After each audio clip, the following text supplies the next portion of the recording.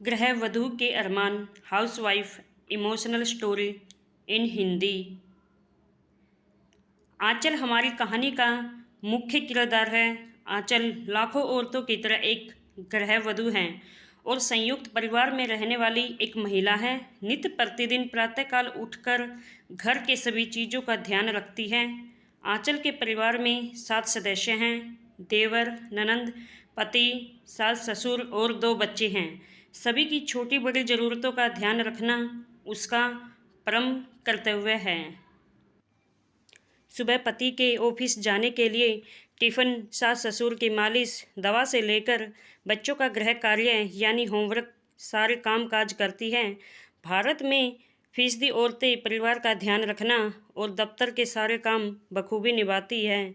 इसी दैनिक जीवन में सारे कार्य करके अपार खुशी की अनुभूति होती है। ननंद देवर के प्रति सारी जिम्मेदारी निभाती है। Husband wife emotional story in Hindi. Aanchal एक ग्रेजुएट थी, लेकिन आगे पढ़ने के बारे में सोचना उसके लिए कठिन पर्वत की चढ़ाई करने के बराबर थी। घर की इतनी सारी जिम्मेदारी उसके कंधे पर थी। आंचल एक कर्तव्यपरायण स्त्री थी। वह घर में सभी सदस्यों के प्रति जिम्मेदारी निभाने से पीछे न हटी। ननंद की शादी 2 महीने बाद थी। अपने पति से वह आगे अपनी शिक्षा प्राप्ति करने के विषय हेतु बात करना चाहती थी। आंचल के मन में उथल पुथल चल रहा था। अगले दिन सवेरे सभी को नाश्ता परोसने के बाद अपने पति से कहा, सुनिए, मैं अपनी आगे की शिक्षा पूर्ण करना चाहती हूँ। मैं आपसे इस विषय में चर्चा करना चाहती हूँ। यह सुनकर विजय असमंजस में पड़ गए और कहा, इस उम्र में आगे पढ़कर क्या करोगी? घर के कामकाज से वक्त मिलेगा तुम्हें? आंचल ने कहा, जी मैं सब संभाल लूँगी। विजय ने कहा, मैं माँ बापू जी से विचार विमर्श करके उत्तर दूंगा। 1 महीना बीत गया और विजय इस बात को किसी बहाने से टालता रहा। आंचल अब भी मन में आस लगाए हुए बैठी विजय के जवाब का इंतजार कर रही थी। आंचल ने खुद बात करने की ठानी। विजय अपने कुछ मित्रों के साथ शाम को घर पर आया। आंचल का जन्मदिन था। बदकिस्मती थी कि उसका जन्मदिन किसी को याद नहीं आया। विजय के एक मित्र ने कहा, भाभी जी कहाँ काम करती हैं? विजय ने कहा, सिर्फ घर के काम और कुछ नहीं। विजय अपने मित्रों से कहीं घूमने जाने की बात करने लगा। विजय को अपने मित्रों की कदर थी, लेकिन क्या आंचल की थी, जो जीवन संगिनी बनकर जिंदगी के हर मोड़ पर उसका साथ निभाती थी। विजय ने आंचल से कहा कि अब भी वक्त बीत चुका है। अच्छा होगा कि तुम घर के कामकाज देखो। घर के किसी भी सदस्य को आंचल का जन्मदिन याद न था, लेकिन उसके 10 साल की बेटी और रोशनी 6 साल के बेटे को था। दोनों ने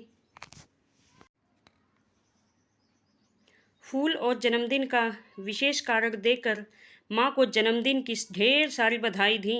आंचल ने चुपचाप आंसू पोंछ लिए और अगले दिन रोज की तरह सारे काम निपटाकर अपने पति से कहा, मैं अपने बड़ी बहन के घर जाऊंगी। पति ने कहा, क्यों, सब ठीक है ना? आंचल ने दबे हुए स्वर में कहा, मुझे छुट्टी चाहिए। विजय सोच में पड़ गया। आंचल शाम को चली गई। उस दिन शाम को आंचल अपने घर के लिए रवाना हो गई। सबके सामने को अपना कहकर जीने वाली आंचल को बहुत बड़ा धक्का लग गया था। परिवार में 2 दिनों को सबको आंचल की कमी खलने लगी थी, लेकिन क्या सच में यह आंचल की कमी थी या उसकी इतनी सारी जिम्मेदारी सब संभालने में सक्षम नहीं थे?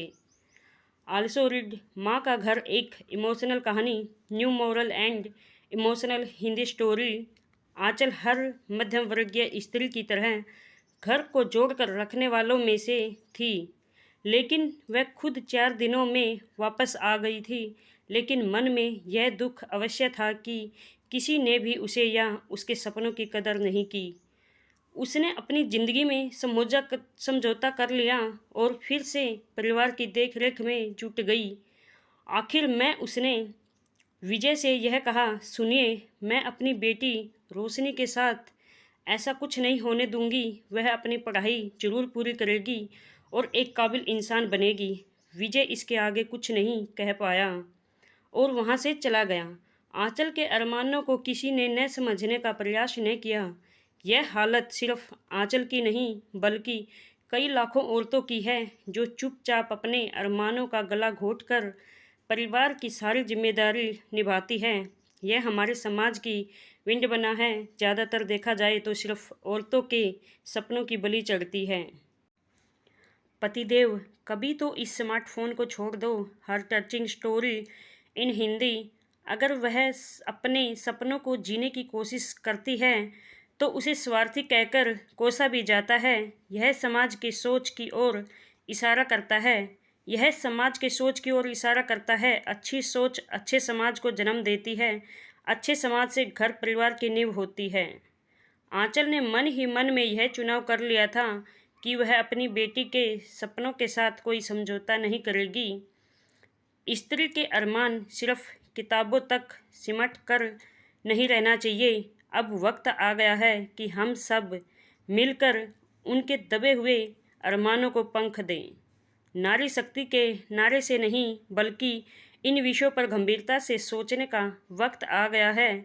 घर घर जाकर यह जागरूकता फैलाएं कि स्त्री के अरमान उतने जरूरी हैं जितना पुरुषों के अरमान हैं। शादी के पश्चात स्त्री के अरमान और निर्णय को घर वाले प्राथमिकता दें, तभी समाज का उत्थान संभव है।